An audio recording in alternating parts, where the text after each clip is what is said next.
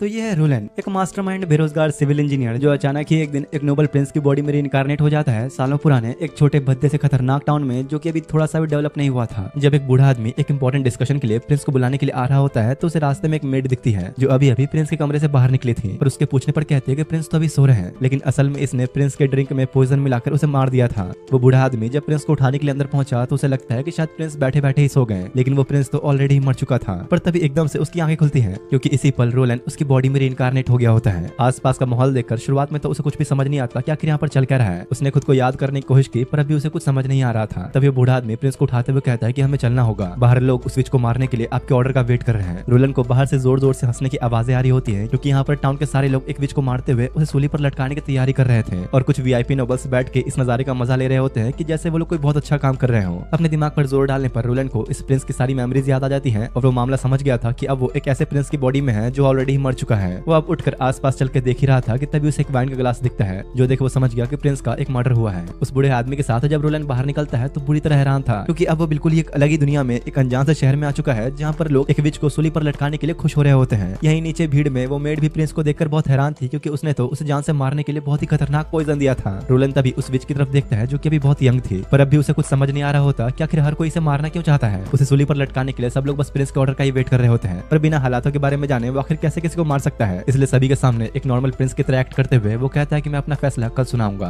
इस पर royal night कहता है कि आप ऐसा कैसे कर सकते हो, एक विच के पकड़े जाने के बाद हमारा काम है उसे जल्द से जल्द मारना, इससे पहले कि और भी विचेस उसे बचाने के लिए यहाँ पर आ जाएं। रोलन कहता है तो फिर इसमें दिक्कत क्या है, और विचेस भी आ जाए तो अच्छा ही है, हम उस सबको एक बार में ही पकड़ लेंगे। रोलन अपना डिसीजन सुना के चुपचाप वापस चला जाता है। इसका कुछ देर बाद दिखा जाता है कि रोलन अपने गार्ड्स के साथ बैठा प्रिंस के मैंशन जा रहा होता है जहाँ उसके सामने वही लेडी बैठी थी जिसने प्रिंस को जहर देकर मार दिया था और फिलहाल रोलन इसके बारे में कुछ नहीं जानता। रोलन प्रिंस के कमरे में आने के बाद आसपास की चीजों को देखकर ऑब्जर्व करता है और थोड़ी देर में उसे समझ आ गया कि उसके साथ कुछ बहुत अच्छा नहीं हुआ है। वो एक ऐसे बर्बाद पड़े टाउन में है जिसके आसपास के राज्य बिल्कुल भी इज्जत नहीं करते हैं, एक बिल्कुल ही पिछड़ा राज्य है जो कि सालों से कभी डेवलप ही नहीं हुआ। इसलिए रोलन सोच रहा होता है कि आखिर मैं यहाँ पर हूँ ही क्यों। पर जब वो शीशे में अपना चेहरा देखता है तो उसे सुकून मिलता है कि चलो कम से कम ये बंदा हैंडसम तो है। वो फैसला करता है कि वो सबसे पहले यहाँ के हालातों को जानने की कोशिश करेगा कि आखिर यहाँ पर चल क्या रहा है। अगले सीन में जब वो लंच में बैठा होता है तो तभी वही बूढ़ा आदमी जो कि फाइनेंशियल एडवाइजर है वो डायरेक्ट रोलन से आके पूछता है कि आखिर आपने आज एग्जीक्यूशन को डिले क्यों किया। जिस पर रोलन डायरेक्ट अपना मेन सवाल कर देता है कि आखिर ये सब करना क्यों है, विचेस को आखिर लोग मारना क्यों चाहते हैं। तो वो बताता है कि काफी सालों पहले लोगों ने बहुत सारी खतरनाक विचेस को वेस्टर्न फॉरेस्ट में देखा था जहाँ उन्हें एक छोटे से स्टोन के तौर पर बहुत ही अजीब सिंबल मिला जो कि असल में विचेस कॉर्पोरेटिव एसोसिएशन का सिंबल है। तो रोलन पूछता है मतलब आखिर है क्या चीज।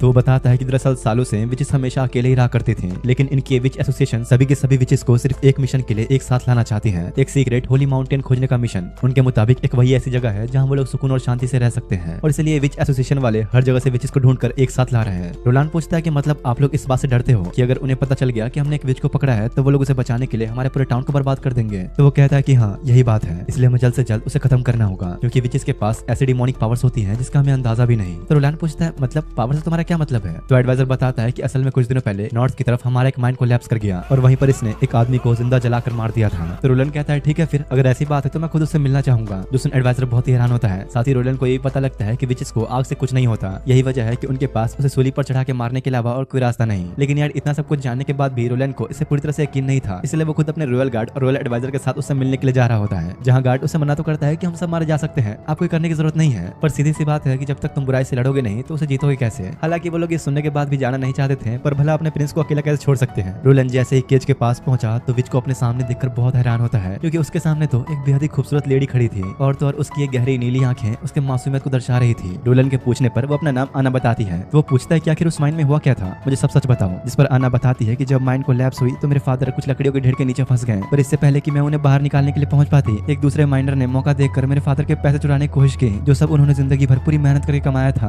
बुरी तरह फंसे होने के बावजूद भी उन्होंने अपनी पूरी कोशिश की अपने मेहनत के पैसे को बचाने की। जब मैं वहाँ पहुंची तो वो मेरे फादर को जान से मारने ही वाला था, बस इसलिए मैंने बिना सोचे समझे उसे वहीं जलाकर राख कर दिया। रोलन पूछता है कि आखिर तुम पकड़ी कैसे गई। जिस पर एडवाइजर बताता है कि इसे पकड़वाने वाला इसका फादर ही था क्योंकि जो कोई भी एक विच को पकड़वाने में हेल्प करता है उसे रिवॉर्ड के तौर पर 25 गोल्ड कॉइंस मिलते हैं जो इसके फादर के लिए बची हुई जिंदगी बिताने के लिए काफी थे। रोलन को ये सुन के बुरा तो लगता है पर अभी उसके मन में एक सवाल था कि आखिर उस माइनर को आना ने कैसे मारा जो फिजिकली इतना स्ट्रॉन्ग था। जिस पर वो कहती है कि आप जानते नहीं विचेस की डिमोनिक पावर्स के बारे में, पर क्योंकि यार रोलन को ये पावर्स और ये मैजिक वगैरह बस एक फैंटेसी लगती थी इसलिए वो एना की डिमोनिक पावर देखना चाहता था जो सुन सबके ही होश उड़ जाते हैं क्योंकि एक विच अगर चाहे तो उन सबको वहीं पर जलाकर राख कर सकती है। आना खुद भी इस बात से बहुत हैरान थी कि इसे मरने का तो कोई डर ही नहीं है। रोलन कहता है कि देखो अगर तुम सच में कोई डीमन हो तो तुम्हें सबसे पहले अपने फादर को ही मारना चाहिए था, पर उल्टा तुम्हारे फादर ने ही तुम्हें यहाँ फंसा दिया। जो सुन वो खुद भी रोने लगती है है। रॉयल गार्ड उसे रोकने की कोशिश तो करता है पर फिर भी रोलन उसके गले पे लगा हुआ कॉलर ही खींच देता है, क्योंकि अब तक ये कॉलर ही था जिसने उसकी पावर्स को रोक रखा था। और बस ये हटाते ही रोलन को अपनी आंखों के सामने एक ऐसी डिमोनिक पावर देखने को मिलती है जो उसने कभी इमेजिन तक नहीं किया था। आग की लपटें केज से बाहर आ गई होती हैं, जो देख वो लोग उसे पकड़ते हुए चलने को कह रहे होते हैं, पर रोलन मना करता है कि नहीं रुक जाओ। आग की लपटें केज के अंदर ही उसे कंट्रोल में है।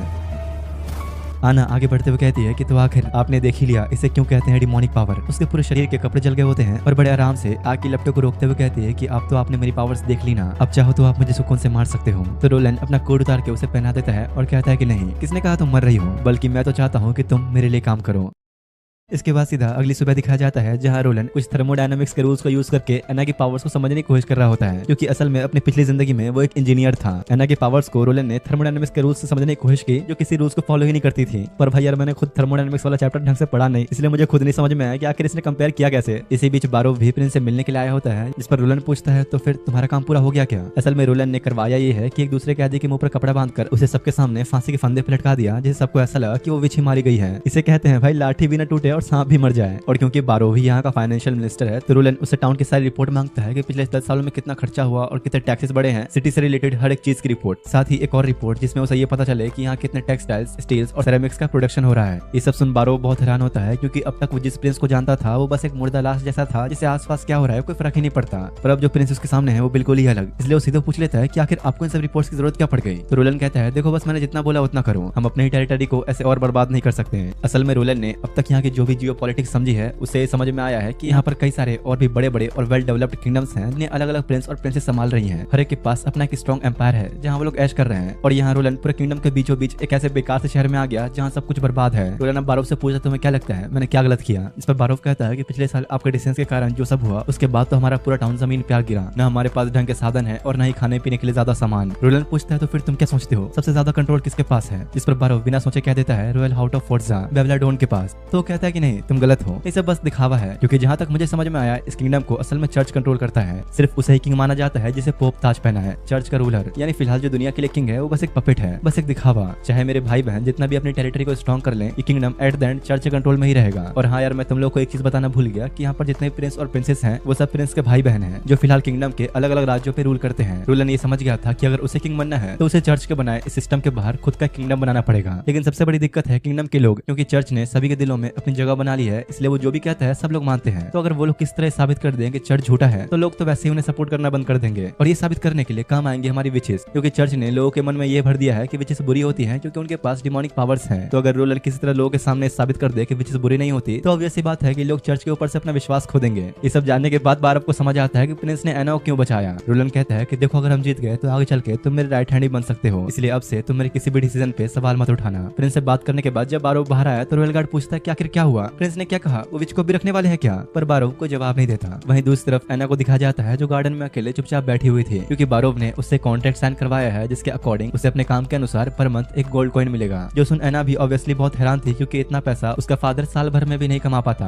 एना को समझ नहीं आता कि आखिर मुझ जैसे डीमन विच से प्रिंस चाहता क्या है। तभी प्रिंस एना के पास आते हुए कहता है कि मुझे माफ कर दो, इतना सब कुछ होने के बाद कम से कम तुम्हें थोड़ा आराम मिलना चाहिए था, पर मैंने तुम्हें यहाँ बुला लिया। इस पर एना पूछते है कि मुझे अभी तक तो ये समझ नहीं आया कि आपने मुझे बचाया क्यों। रोलन कहता है चलो टहलते हुए बात करते हैं, लेकिन एना कहते हैं कि नहीं ऐसा कैसे हो सकता है, मैंने एक इंसान को जान से मारा, मुझे सजा मिलनी चाहिए और आप मुझे यहाँ बचा रहे हैं। देखो तुमने जो भी किया बस अपने डिफेंस में किया, इतना परेशान होने की जरूरत नहीं। लेकिन क्योंकि लोग हमेशा से विचेस को बुरी नजरों से ही देखते आए हैं, इसलिए वो सोच रही होती है कि मैं माफी के काबिल नहीं हूँ। जो सुन रोलन बड़े शांति से एक फ्लावर तोड़ के उसे दे देता है। हालांकि ये फ्लावर काफी खूबसूरत था, लेकिन तभी वो कहता है कि इसमें पॉइजन है। जो सुनते ही एना डर से छोड़ देती है। तो प्रिंस कहता है कि अरे चिंता मत करो, ये बस मजाक था, इसमें सच में कोई पॉइजन नहीं है, ये फूल अभी खूबसूरत है, बस मेरे हल्के से झूठ से तुम्हारी सोच बदल गई। विचेस की ताकतों के साथ भी कुछ ऐसा ही है, ना वो अच्छी है ना बुरी, बस उनकी ताकतों की वजह से लोगों की सोच इतनी बदल गई है कि हर कोई उन्हें खतरनाक मानता है। इस पर एना कहते हैं कि नहीं ये पावर सच में खतरनाक है, हम विचेस एक छोटी सी भी गलती से पल भर में किसी आदमी को मार सकते हैं। रोलन कहता है कि देखो अगर तुम्हें मरना ही है तो ठीक है कोई बात नहीं, तुम मर सकती हो, पर तुम्हें क्या लगता है मौत से सब कुछ ठीक हो जाएगा। तुम्हारा खुद बाप तक विचेस से नफरत करता है और उस जैसे हजारों लाखों लोग। अगर तुम हार मान के इसी सच्चाई मान लो तो कुछ भी नहीं बदलेगा, लेकिन अगर तुमने मेरा साथ दिया तो हम एक ऐसी दुनिया बना सकते हैं जहाँ विचेस आजाद रहेंगी। जो सुनने रोते हुए पूछते हैं क्या ऐसा सच में हो सकता है, मैं भी ऐसी जिंदगी जीना चाहती हूँ, एक आम इंसान की तरह घूमना फिरना रहना और जीना। क्या तुम जो मुझे सपने दिखा रहे हो क्या ये सब सच में हो सकता है। रोलन उसकी तरफ हाथ बढ़ाते हुए कहता है कि हाँ सब मुमकिन है, बस मेरा साथ दो। वो एना को अपनी पावर के ऊपर कंट्रोल लाने के लिए उसे और ज्यादा ट्रेनिंग करने के लिए कहता है, ताकि पिछली बार जो हुआ वैसा कुछ दोबारा ना हो। रात होने पर उसी मेड को दिखाया जाता है जिसने प्रिंस को मारने की कोशिश की थी और एक चिट्ठी में प्रिंस के बदलते बिहेवियर के बारे में लिखकर किसी को भेज देती है। अगले दिन जब रोलन सारी रिपोर्ट चेक करता है तो उसे समझ आ गया गया कि उनका ये टाउन एक माइनिंग टाउन है जो कि किंगडम के बिल्कुल बॉर्डर पे पड़ता है, पर नोबल्स के लगातार करते आ रहे करप्शन के कारण जिस टाउन को भी सबसे ज्यादा विकसित होना चाहिए था वो बर्बाद हो चुका है। सबसे बड़ी प्रॉब्लम तो ये है कि यहाँ खेती नहीं होती। रोलन बारोव से पूछता है तो आखिर खाना कहाँ से मिलता है हमें, तो बारोव बताता है कि असल में जो भी हमारे यहाँ और प्रोड्यूस होता है उसे हम लॉन्ग सॉन्ग फोर्ट्रेस के साथ फूड के लिए व्यापार करते हैं। एक तरह से हमारी बॉर्डर सिटी को वो अपनी प्रॉपर्टी की तरह ट्रीट करते हैं। हमसे अपना सारा जरूरत का सामान लेके वो बस हमें इतना खाना दे देते हैं ताकि बस यहाँ के वर्कर्स कम से कम जिंदा रह सकें। असल में पहले जो इस टाउन का रूलर था बॉरिस, वो बिना सोचे समझे हमेशा उनकी बात माना करता था। वो बस थोड़े से फूड के लिए टाउन का सारा और उन्हें दे दिया करता था। जो सुन रोलन को भी प्रिंस की मेमोरी से बॉरिस के बारे में पता लगता है और बारोव से कहता है कि हाँ तुम सही हो, इसलिए मैंने आज तक कभी उस पर ट्रस्ट नहीं किया। मैं जानता था कि उसकी पोजीशन छीनने के बाद मैं उसका एक डायरेक्टली दुश्मन ही बन गया। असल में यार बॉरिस और बाकी नोबल्स के रिलेशन लॉन्ग सोलॉन्ग फोर्ट्रेस के प्रिंस से काफी अच्छे बन गए थे। उन्हें टाउन के प्रोडक्शन और यहाँ के लोगों की कोई चिंता ही नहीं थी, इसलिए वो लोग हमेशा से इतना ही फूड भेजते थे जितना वर्कर्स खा के जिंदा रह सके। तो रोलन कहता है ठीक है, आज से हमारे लॉन्ग सोलॉन्ग फोर्ट्रेस के साथ सारे ट्रेड्स बंद होंगे। हम अपना सारा और अच्छे दामों पर वेलोसिटी को बेचेंगे और उनसे ही हमेशा फूड खरीदेंगे। तो बारोव थोड़ा परेशान होते हुए कहता है कि नहीं, वेलोसिटी आकर इतना सारा और लेकर करेगा क्या, वो खरीदेंगे ही नहीं। तो वो कहता है ठीक है, अगर हम दाम आधा कर दे तो इतना प्रॉफिट देखकर तो कोई भी मना नहीं करेगा। लेकिन बारोव को डर था कि कोई फ्यूचर प्रूफ प्लान नहीं है, ऐसे तो हमारा स्टॉक बहुत जल्द खत्म हो जाएगा। लेकिन भाई रोलन का प्लान लॉन्ग टर्म को देखते हुए ही था। वो इस टाउन के बिजनेस को तभी एक्सपेंड करेगा जब वो लोग ट्रेड करके अच्छे खासे रिसोर्सेज बिल्ड कर लेंगे। रिसोर्सेज बिल्ड करने से उसका मतलब है कई सारी बोट्स बनाना, क्योंकि उनकी ये बॉर्डर सिटी बिल्कुल नदी के किनारे पर है, एक बड़ी लंबी नदी जो पूरे किंगडम से होते हुए गुजरती है। अगर उन लोगों ने किस तरह कुछ अच्छी शिप्स बना ली तो वो लोग पूरे किंगडम में ही ट्रेड कर सकते हैं, यानी कि पैसा ही पैसा। बारोव कहता है लेकिन अभी एक बड़ी दिक्कत है, अगर हमने लॉन्ग सॉन्ग फोर्ट्रेस के साथ सारे रिलेशंस तोड़ दिए तो वो सर्दियों में हमारे लोगों को शेल्टर नहीं देंगे।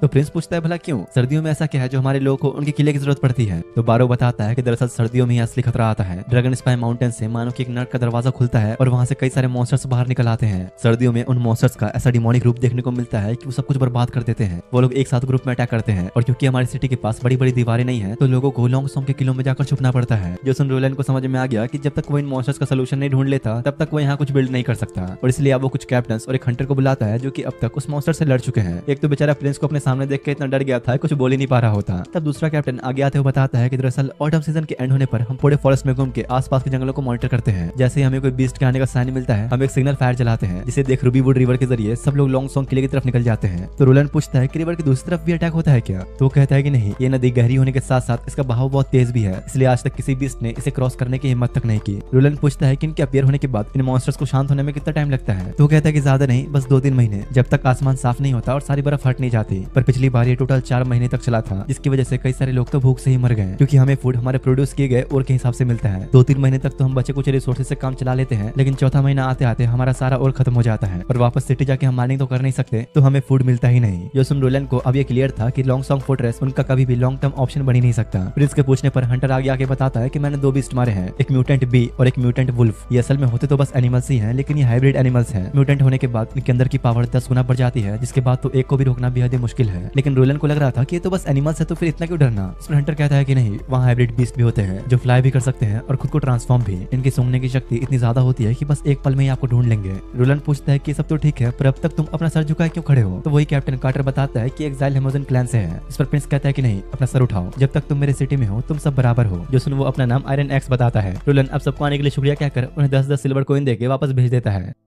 जिसके बाद अब रोलन कार्टर के साथ खुद फॉरेस्ट बॉर्डर पर जाता है, जहां पर वो लोग सिग्नल फायर चलाते थे। आसपास के एरिया को स्टडी करने के बाद उसे समझ में आता है कि जब भी लोगों को सिग्नल मिलता है वो माउंटेन से सीधा रिवर की तरफ भागते हैं, और जो पूरा डिस्टेंस है वो ज्यादा नहीं, बस 600 मीटर है। तभी कार्टर कहता है कि माफ कीजिए, मुझे सवाल नहीं करना चाहिए, पर कहीं आप डिमोनिक पीरियड में यही रहने का प्लान तो नहीं बना रहे। तो रोलन कहता है कि हाँ सही समझे। जो सुन कार्टर बिल्कुल ही शांत हो गया, क्योंकि सिटी में बस थोड़े से ही गार्ड्स हैं जो उन लोगों को मॉन्स्टर से बचाने के लिए बहुत कम है, और तो और कैसल में 2000 लोगों के लिए जगह ही नहीं है। तो रोलन कहता है कि तुम इस चीज की चिंता मत करो, हम यहाँ पर पूरे इतिहास की अब तक सबसे मजबूत दीवार खड़ी करेंगे। अगर तुम लोग भूल गए तो मैं बता दूं कि रोलन पिछली दुनिया में एक इंजीनियर था, इसलिए उसे इतना तो विश्वास है कि अपने मॉडर्न एजुकेशन के साथ वो एक बड़ी मजबूत दीवार खड़ी कर सकता है। दूसरी तरफ बेचारा बारोव ये सोचकर परेशान होता है कि आखिर प्रिंस के अंदर इतना बदलाव आ कैसे गया, क्योंकि पहले जो प्रिंस था वो एक बहुत ही बड़ा फेलियर था। उसे अपने टाउन और लोगों की कोई परवाह ही नहीं थी। रॉयल फैमिली के नाम पर एक बहुत ही बड़ा धब्बा, जिस वजह से उसे खुद के भाई तक नहीं पूछते थे और न ही कोई उसे जरा भी वैल्यू देता। बस कर यार, कितना बेइज्जती करेगा। यहाँ पता लगता है कि बारोव प्रिंस के अंडर काम करने के लिए इसलिए मान गया था क्योंकि किंग ने वादा किया था कि वो उसे फाइनेंस मिनिस्टर बना देंगे, पर अब जो प्रिंस उसके सामने है उसे देखकर तो वही भी परेशान है कि आखिर रोलन को हुआ क्या। एना को बचाने के बाद एक ही रात में वो इतना बदल गया कि उसने टाउन को आगे बढ़ाने के लिए इतनी सारी प्लानिंग भी कर ली।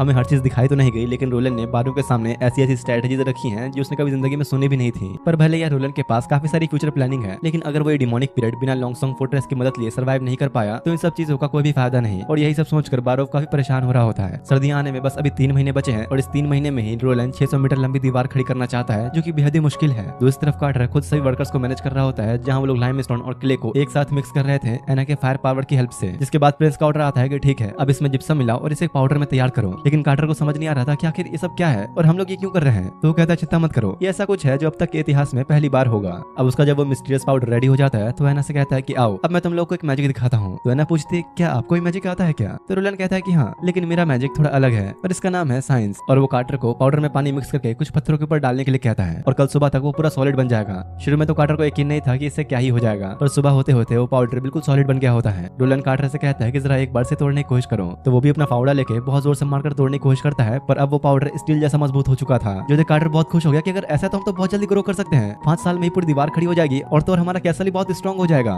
लेकिन अपना रोलन प्रिंस तो भाई इससे ही बड़ा सोच रहा था, एक बड़ी दीवार के साथ साथ 10,000 घर जिससे लोगों को शेल्टर मिलेगा और सब सुकून से रह पाएंगे। रोलन ऐसे घर बनाना चाहता था जो बिल्कुल परफेक्ट हो, ऐसे घर जो आंधी तूफान भूकंप किसी से भी डिस्ट्रॉय ना हो। वो कार्टर से कहता है कि वॉल की कंस्ट्रक्शन अब तुम्हारी जिम्मेदारी है और एना काम है रोज इन मटेरियल्स को बनाने में हेल्प करना। रोलन वापस जा ही रहा था कि तभी कार्टर पूछता है कि आखिर इस पाउडर का नाम क्या है। तो रोलन कहता है कि अच्छा इसका नाम है सीमेंट। मतलब एक तरह से देखा जाए तो उसने यहाँ के लोगों के लिए सीमेंट का ही आविष्कार कर दिया। कुछ दिन बीतने के बाद रोलन को पता लगता है कि कंस्ट्रक्शन बहुत स्लो चल रहा है, अगर ऐसा ही चलता रहा तो टाइम पे काम पूरा ही नहीं हो पाएगा। बारो प्रिंस से कहता है कि देखिए कार्टर मेहनती तो है, लेकिन उसे कंस्ट्रक्शन का अभी तक कोई एक्सपीरियंस नहीं है। एक 600 मीटर जितनी लंबी वॉल बनाने के लिए हमें एक प्रोफेशनल आर्किटेक्ट की जरूरत पड़ेगी। रोलन को भी समझ में आ गया था कि सीमेंट वाला सोल्यूशन पावरफुल तो है, लेकिन अकेला सब कुछ नहीं संभाल सकता। इसलिए बारोव से कहता है कि तुरंत जाओ और स्टोन मैसन्स को ढूंढो। स्टोन मैसन्स मतलब पत्थर तराशने वाले। लेकिन बारोव कहता है कि नहीं, हमारे सिटी में कोई भी ऐसा स्किल्ड बंदा नहीं है। तो रोलन कहता है कि फिर बाहर जाओ, लॉन्ग फोर्ट्रेस या फिर वेलोसिटी, जहाँ भी जाना पड़े जाओ, पर उसे ढूंढ के लाओ। दूसरी तरफ टाउन में एक आदमी फांसी वाली जगह पर जाकर खड़ा होता है और सोच रहा होता है कि शायद यहीं पर मेरे स्टूडेंट आना को फांसी दी गई होगी, क्योंकि यार कुछ समय पहले तक ये बंदा आना का टीचर हुआ करता था, जब तक लोगों को ये नहीं पता चला कि वो एक विच है। वो अभी बहुत दुखी था क्योंकि कुछ दिन पहले ही उसके एक और स्टूडेंट ने कन्फ्रंट किया था कि वो भी एक विच है। अपने स्टूडेंट को ऐसे मौत की सजा मिलता देख उसके लिए तो जैसे नर्क के बराबर था।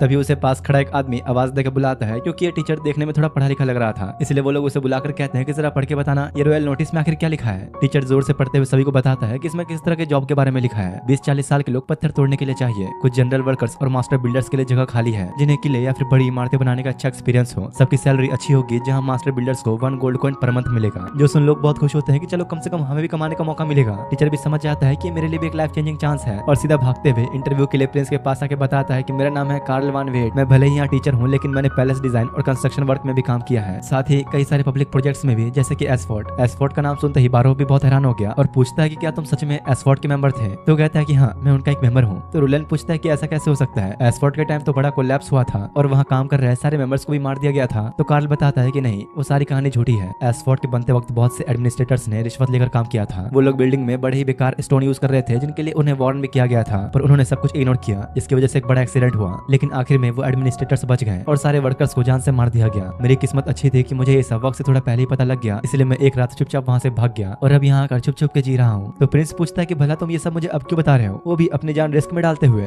जिस पर कार्ल कहता है कि देखिए, उस समय भागना मेरी मजबूरी थी, अगर नहीं भागता तो वहीं मारा जाता, इसलिए मैं चाहता हूँ कि मुझे एक मौका मिले। मैं जिंदगी भर बस एक स्टोन मैसन रहा, मुझे यही करना है। तो रोलन बारो से पूछता है कि तुम क्या सोचते हो इस बारे में। अगर आप कानून के मुताबिक देखेंगे तो यह भी एक क्रिमिनल है, लेकिन अभी हमारे लिए इसे हायर करना ही बेस्ट ऑप्शन रहेगा। तो प्रिंस कहता है कि ठीक है, अब से तुम्हारे सारे गुनाह माफ, तुम अब से एक मास्टर बिल्डर हो और एडमिनिस्ट्रेटर ऑफिस के मेंबर भी। जो सुन वो बहुत हैरान था, क्योंकि उसे तो लग रहा था कि उसने सब बता के अपनी मौत को ही दावत दे दिया। रोलन अब उठकर मैप दिखाते हुए बताता है कि ठीक इस जगह पर हमें वॉल बनानी है। इस पर कार्ल कहता है कि ये तो बहुत ही मुश्किल है, बस 150 लोगों के साथ तो इसमें 3 साल से भी ज्यादा लग जाएगा। तो प्रिंस कहता है कि नहीं, हमें ये किसी भी हाल में डिमोनिक पीरियड से पहले खत्म करना होगा। तो कार्ल प्लान चेंज करता है कि हमें कुछ बदलाव करने होंगे। अगर इसकी हाइट और विड्थ हम चेंज कर दें तो 200 लोगों के साथ 1 महीने में फाउंडेशन तैयार हो जाएगा। बस प्रॉब्लम यह है कि बार बार स्टोन को तोड़ना और लाना बहुत मुश्किल काम है, जिसमें काफी समय लग जाएगा। ठीक है, अगर मैं तुम्हें स्टोन्स टाइम पर दे दूं तो क्या 3 महीने बन जाएगा। कार्ल कहता है कि हाँ, तब कोई दिक्कत नहीं है। तो अब रोलन उसे अपना बनाया वही सीमेंट दिखाने के लिए ले जाता है, जो कि इस मिडिवल एज में पहली बार किसी ने इन्वेंट किया था। इसलिए कार्ल बहुत हैरान होता है कि आखिर ये चीज है क्या। अगर सही में हम ये यूज कर सकते हैं तो फिर हमें स्टोन वाला प्रोसेस करने की कोई जरूरत ही नहीं है। इससे तो हमारी कंस्ट्रक्शन स्पीड इतनी बढ़ जाएगी कि शायद सब कुछ टाइम पे हो जाए। कार्ल अपना काम शुरू करने के लिए बहुत एक्साइटेड होता है, पर जाने से पहले प्रिंस को एक सीक्रेट बताना चाहता था। लेकिन तभी प्रिंस से मिलने के लिए एना वहाँ पर आती है, जो देख कार्ल क्या तो बिल्कुल फटी की फटी रह गई कि आखिर ये यहाँ पर कैसे, ये तो मर गई थी ना। एना भी कार्ल को पहचान लेती है और बताती है कि ये मेरे टीचर हैं। मैं तो तुम्हें सपनों में देखता रहता था, मुझे तो लगा था कि तुम अब नहीं रही, पर तुम्हें जिंदा देख के मैं बहुत खुश हूँ। और वो अपने घुटनों में बैठ के प्रिंस का शुक्रिया अदा करता है एना को बचाने के लिए। रोलन कहता है कि चिंता मत करो, मैं बाकी लोगों की तरह विचेस को बुरा नहीं मानता और न ही मैं चर्च की तरह कभी उनका शिकार करूंगा। जो देख कार्ल को प्रिंस पे विश्वास हो गया था और बताता है कि सिटी में एक और विच है और वो भी मेरी स्टूडेंट ही है। जो सुन रोलन हैरान तो था, पर फिर हल्का सा एक स्माइल करता है। वो एक बच्ची है जिसका नाम है नीना और उसे अभी अभी पता लगा है कि वो एक विच है। ये कितनी खुशी की बात है कि उसे भी आपकी हैरम बनने का मौका मिलेगा।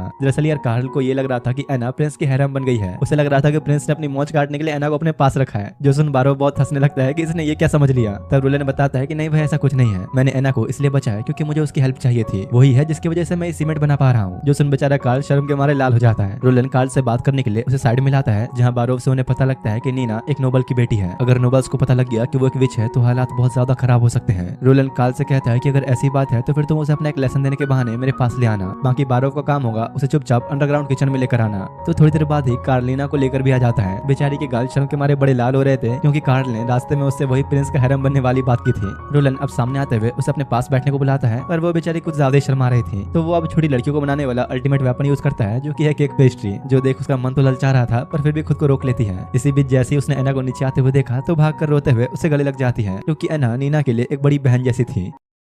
अब जब वो तीनों साथ बैठे होते हैं तो प्रिंस कहता है कि मुझे पता है कि तुम एक विच हो, पर मैं ये जानना चाहता हूँ कि आखिर तुम्हें ये कैसे पता लगा। तो नीना बताती है कि दरअसल मुझे एक हफ्ते पहले एक छोटी सी बर्ड मिली थी जिसके पैर टूटे हुए थे। मैं उसे बचाना चाहती थी और इसी बीच मुझे फील हुआ कि जैसे मेरे हाथों से कुछ निकल रहा हो, एक अजीब सा पानी का चिपचिपा गोला जो पूरे बर्ड के राउंड रैप हो गया और फिर पता नहीं कैसे वो ठीक हो गई। रोलन समझ जाता है कि इसकी पावर हीलिंग है और कार्टर से किसी इंजर्ड या फिर मरे हुए जानवर को लाने के लिए कहता है ताकि नीना के पावर्स टेस्ट कर सके। और इसके बाद रोलन उसकी पावर्स का सभी जानवरों के ऊपर एक एक करके टेस्ट लेता है। जहाँ नीना किसी के भी जख्म भर सकती थी, बॉडी का कटा हुआ कोई भी पार्ट जोड़ सकती थी, पर अगर वो पार्ट पूरी तरह से खो गया तो ठीक नहीं कर सकती, और सबसे इंपॉर्टेंट बात कि किसी मरे हुए को जिंदा नहीं कर सकती। कार्टर को भी ये देख समझ आ जाता है कि प्रिंस विचेस को बचा क्यों रहे हैं, ताकि उनकी पावर्स का एक सही जगह पर यूज हो सके। रोलन कहता है कि देखो हम इसे यहाँ रखने का रिस्क नहीं ले सकते, इसलिए अब रोज रोज किसी भी तरह नीना को यहाँ लाने का एक तरीका ढूंढो, हमें उसे और ट्रेनिंग देनी होगी। तो कार्टर पूछता है कि आप उसे मैंशन में क्यों नहीं रख लेते। रोलन कहता है कि ऑब्वियस सी बात है, अभी इसके विच होने के बारे में किसी को भी नहीं पता, और तो और वो नोबल फैमिली से भी है। अगर अभी हमने उसे यहाँ रख लिया तो बहुत बड़ी दिक्कत हो सकती है, क्योंकि सिर्फ डिमोनिक बीस्ट ही हमारी प्रॉब्लम नहीं है, आसपास भी हमारे बहुत से दुश्मन हैं जो हम पे नजरें गड़ाए बैठे हैं। वहीं दूसरी तरफ एक नाइट प्रिंस के बहन गार्सिया को लेटेस्ट न्यूज दे रहा होता है कि कैसे वेलेंग्रा फ्लीट एक सक्सेसफुल रेड से लौट आया। उन्होंने एक मर्चेंट शिप की इकोनॉमी को टारगेट किया जिसमें लूट इतना था कि पूरी एक आर्मी को साल भर बिठा के खिला सके। गार्सिया कहती है कि अरे वाह बहुत खूब, तो इस रेड को लीड करने वाले कैप्टन का क्या नाम है। तो बताता है कि उसका नाम ड्रेक है। जो सुनते ही गार्सिया उसी वक्त ड्रेक को एक नाइट की पोजीशन में प्रमोट कर देती है, जिससे अब उसके पास वेलेंग्रा फ्लीट का सारा कमांड होगा और साथ ही रेड में मिला पूरा सामान भी। नाइट कहता है कि लेकिन साथ ही एक बुरी खबर भी है, प्रिंस रोलन पर किया गया असैसिनेशन अटेम्प्ट फेल हो गया। उसकी वाइन में हमने पॉइजन तो दिया था, लेकिन इससे बस वो कुछ सेकंड्स के लिए ही सोया। गार्सिया कहते हैं कि मतलब साफ है कि हम फेल हो गए, लेकिन फिर भी ठीक है कि अगर हमारी वो असैसिन अब तक पकड़ी नहीं गई तो मैं उसे एक और चांस दे सकती हूँ। साथ ही वो एक अल्केमिस्ट जिसका नाम एम्बिस है उसे फांसी की सजा देने के लिए कहती है, क्योंकि उसने वो पॉइजन बनाया था जो प्रिंस के ऊपर काम नहीं किया। लेकिन गार्सिया को इस बात का अंदाजा भी नहीं कि दवा बिल्कुल सही थी, असली प्रिंस तो कब का मर चुका है और अब उसकी बॉडी में है एक बेरोजगार जीनियस इंजीनियर। इधर अगले दिन लॉन्ग सॉन्ग फोर्ट्रेस का एम्बेसडर बॉर्डर सिटी यानी कि रोलन के टाउन में कुछ मिनरल्स लेने के लिए आया होता है, और हैरानी की चीज उसे ये देखने को मिलती है कि वेलोसिटी का एक शिप बॉर्डर सिटी को ढेर सारा फूड लाकर दे रहा है।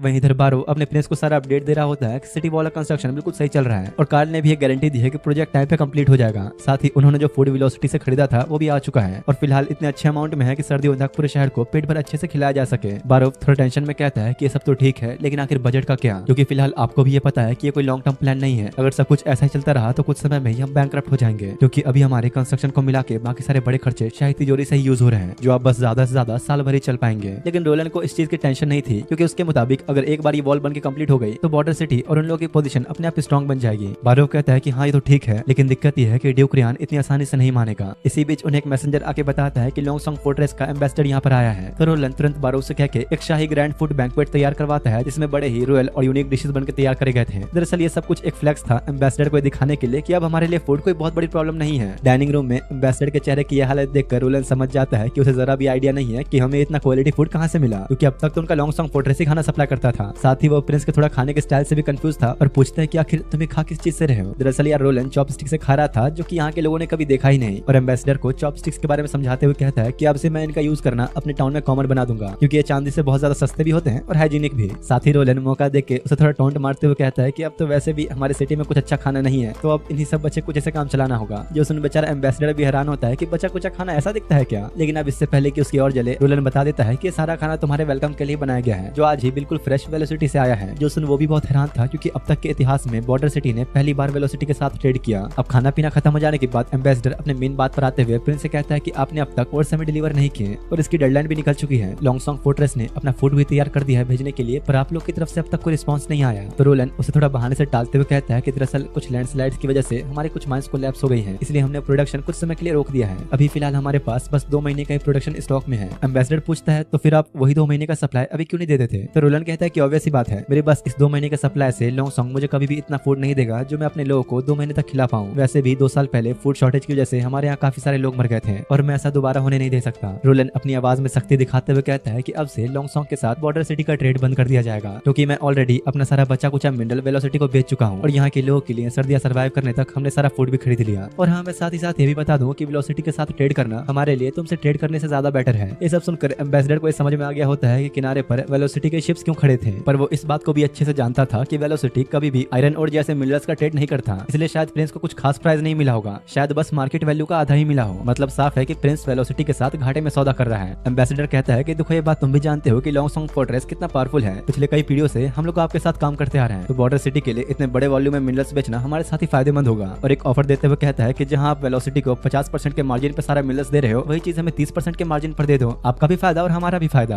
रोलन कहता है कि हाँ, तुम्हारा सौदा बुरा नहीं है, इससे सभी का फायदा होगा, पर क्या तुम ये गारंटी दे सकते हो कि लॉन्गसॉन्ग फैमिली के 6 के 6 मेंबर्स इस बात पे राजी होंगे? एम्बेसडर कहता है कि हाँ, मैं ये प्रपोजल उनके सामने भी रखूंगा और यही कोशिश करूंगा कि आपको बेस्ट डील मिले। तो रोलन कहता है कि ठीक है, उम्मीद करते हैं खबर अच्छी मिले। पर जाने से पहले उसे एक बात की चिंता हो रही थी कि डिमोनिक पीरियड बस 2 महीने ही दूर है और बॉर्डर सिटी के लोगों के लिए लॉन्गसॉन्ग फोर्ट्रेस में जाने का सफर लंबा और खतरनाक होगा, तो उन्हें थोड़ा जल्दी निकलना चाहिए। तो रोलन मुस्कुराते हुए कहता है कि टेंशन लेने की जरूरत नहीं, अब मैं अपने लोगों को तुम्हारे किले में नहीं भेजूंगा, बल्कि एक पावरफुल वॉल तैयार करूंगा और खुद डिमोनिक बीस्ट से अपने लोगों की रक्षा करूंगा। जिसके बाद एम्बेसडर अपने घोड़े पर सवार वापस चला जाता है, ये कहते हुए कि मैं उम्मीद करता हूँ कि इस डील से सबका भला हो। लेकिन रोलन इस बात को अच्छे से जानता था कि भले ही एम्बेसडर अपने इंटेंशन को कितना भी अच्छा दिखाने की कोशिश कर ले, लेकिन लॉन्गसॉन्ग की वो 6 फैमिली कभी भी इस डील के लिए एग्री नहीं करेगी। और यहाँ होता भी कुछ ऐसा ही है। जैसे ही एम्बेसडर लॉन्गसॉन्ग फोर्ट्रेस के रूलर ड्यूक रेयान को उनके वॉल वाली बात के बारे में बताता है, तो वो सब हंसने लगते हैं कि भाई एक वॉल इन्हें क्या ही बचा लेगी। ड्यूक उन नोबल्स के बीच बैठे बॉरिस से पूछता है कि तुम इस वॉल के बारे में भला कितना जानते हो, लेकिन इस मोटे को तो घंटा कुछ नहीं पता था, उसे इन मामलों के बारे में कुछ बताया ही नहीं जाता। तो ड्यूक अपने उसी एम्बेसडर पेट्रोव से पूछता है कि तुम क्या सोचते हो इस बारे में।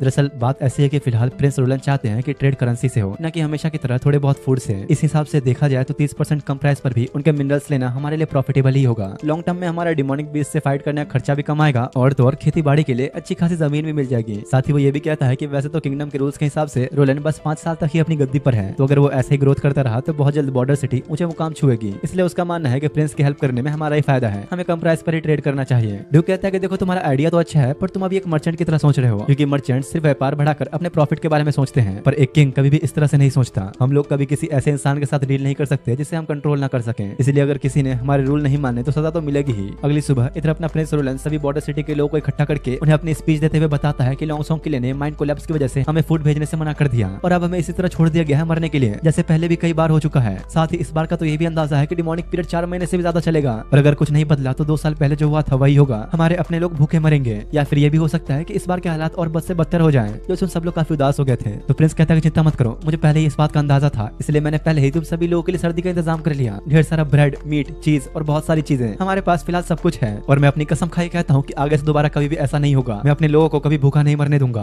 जो सुन सब लोग प्रिंस का नाम लेते हुए खुशी से उसे चीयर अप करते हैं। लेकिन दिक्कत यह है कि इस वजह से लॉन्गसॉन्ग फोर्ट्रेस हमसे नाराज हो गया है और उन्होंने धमकी दी है कि हमें सर्दियों में कोई शेल्टर नहीं देंगे। पर आप लोगों को घबराने की जरूरत नहीं, क्योंकि मैं फिलहाल सिटी के वेस्ट में एक स्ट्रॉन्ग वॉल बनाने की तैयारी कर रहा हूँ जो हमारे डिमोनिक पीरियड में काम आएगा। और मैं इस बात की गारंटी दे सकता हूँ कि वो जो भी डिमोनिक बीस्ट है जिनसे हम लोग इतने सालों से डरते आ रहे हैं, वो मामूली जानवर से कोई बहुत ज्यादा खतरनाक नहीं है। और सिर्फ इसके लिए मैं एक आर्मी तैयार कर रहा हूँ, मलेशिया आर्मी, जिसमें तुम लोग शामिल हो गए। जो कोई भी अपने घर को बचाना चाहता है और इस सिटी की रक्षा करना चाहता है, वो मलेशिया आर्मी में ज्वाइन हो जाए। हर एक मेंबर को 25 सिल्वर कॉइंस मिलेंगे और अगर कोई बैटल में मारा गया तो उसकी फैमिली को 5 गोल्ड कॉइंस कंपनसेशन के तौर पर। तो अब फैसला तुम लोगों का है, क्या तुम लोग लॉन्गसॉन्ग के उन झुग्गी झोपड़ियों में रहकर भूख से मरना पसंद करोगे या फिर ठंड और मॉन्स्टर्स के डर के बिना यहाँ इज्जत से मरना चाहोगे? अगर सच में तुम लोग अपने परिवार को और अपने दोस्तों को बचाना चाहते हो तो फिर हमारे साथ जुड़ जाओ। अब से तुम लोग की रक्षा करना मेरी जिम्मेदारी है। जो सुन आसपास सभी लोग जोश में आते हुए कहते हैं कि हम लड़ेंगे, हम बचाएंगे अपने शहर को। रात में अब जब वो नीना और अना के साथ बैठा होता है तो कार्टर से पूछता है कि आखिर उस शिपमेंट का क्या हुआ। तो वो कहता है कि हाँ पहुंच तो गया है, लेकिन प्रिंस आपको भला इतना पाउडर, आइस और स्नो क्यों चाहिए? नहीं ज्यादा कुछ नहीं, बस वो मेरे नेक्स्ट एक्सपेरिमेंट के लिए है, तुम लोगों के लिए एक नया मैजिक।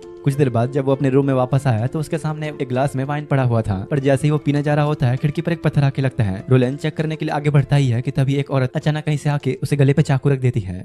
वो डर के मारे जरा भी हिल नहीं पाता, ये सोचते हुए कि आखिरकार ये असैसिन आज मुझे मार ही देगा। लेकिन तभी वो उसे आगे की तरफ धकेलते हुए कहते हैं कि हम लोग दुश्मन नहीं है, मैंने सही कहा ना। तब रोलन की नजर उसके कपड़ों पर लगे सेक्रेट माउंटेन के सिंबल पर जाती है, जो देख वो समझ गया कि ये वो असैसिन नहीं है, शायद ये विच एसोसिएशन से कोई है। वो कहते हैं कि अरे वाह, देखते ही समझ गए, काफी पढ़े लिखे लगते हो। और अपने चेहरे से कपड़ा हटाते हुए अपना नाम बिबिल बताती है। उसकी खूबसूरती देखकर तो बेचारे रोलन का मुंह खुला खुला ही रह जाता है, मतलब कि ये भी एक विच ही है। तो पूछता है कि अगर तुम्हारा मुझे मारने का इरादा नहीं है तो आखिर तुम यहाँ पर हो क्यों। बिबिल पहले तो उसका शुक्रिया अदा करती है एना और नीना को बचाने के लिए, क्योंकि जब मुझे पता चला कि तुम लोगों ने एक विच को पकड़ लिया तो मैं उसे बचाने आई थी। और यहाँ आकर जब मैंने देखा कि तुमने खुद उसकी जान बचाई तो मैं भी बहुत हैरान थी। हालांकि मुझे अब तक ये समझ नहीं आया कि आखिर तुम इतने अलग क्यों हो जो विच को मॉन्स्टर नहीं मानते, पर फिर भी विच एसोसिएशन की तरफ से मैं तुम्हारा शुक्रिया अदा करती हूँ। बिबिल अब उसके बेड पे बैठते हुए कहते हैं कि आओ जरा बैठ के बात करते हैं। रोलन बेचारा थोड़ा तो डरा हुआ था, पर एक लड़के जब खुद बेड पे बुलाया तो आखिर वो मना कैसे करता। जब उसे यकीन हो जाता है कि चलो मैं सेफ हूँ तो वो पूछता है कि आखिर तुम चाहती क्या हो। तो बिबिल उसकी जुल्फों को सहलाते हुए कहते हैं कि मैंने अब तक जितने भी लोगों को देखा उनकी आंखों में विचेस के लिए डर होता है, पर तुम बहुत अलग हो, तुम्हारी आंखों में हमारे लिए उत्सुकता दिखती है। बिबिल बताती है कि जब से मैं यहाँ आई इस पूरे हफ्ते मैंने तुम्हें बस इनविजिबल होकर ऑब्जर्व किया और लगभग तुम्हारी हर एक चीज देखी, हाँ जो तुम सोच रहे हो वो भी।